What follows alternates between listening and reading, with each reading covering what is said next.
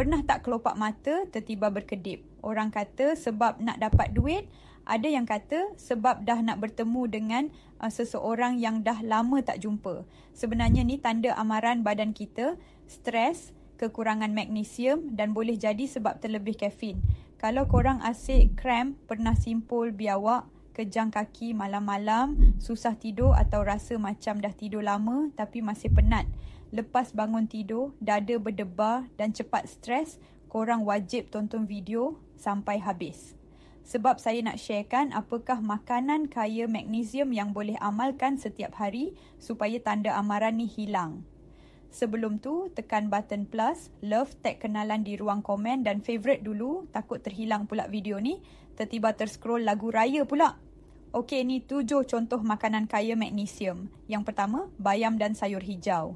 1 cawan bayam masak ada lebih kurang 150mg magnesium. 2. Kacang badam, walnut dan biji labu. Kuaci, makan yang raw terbaik ya. 3. Dark chocolate, minima 70% koko. Kaya magnesium dan antioksidan. Tapi jangan berlebihan ya. 4. Ikan berlemak, salmon, mackerel, tuna. Bukan je kaya omega 3 tapi sumber magnesium. 5. Avocado, tinggi lemak sihat dan kaya magnesium dan potasium. 6. Kekacang dan bijirin penuh, oat, quinoa, lentil.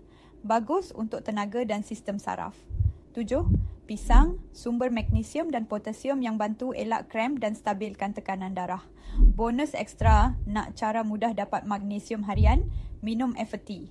Setiap sachet Evertea mengandungi magnesium yang bantu kurangkan kram dan lenguh, tenangkan minda dan emosi, lancarkan tidur, justeru bantu stabil hormon dan tubuh hasilkan tenaga.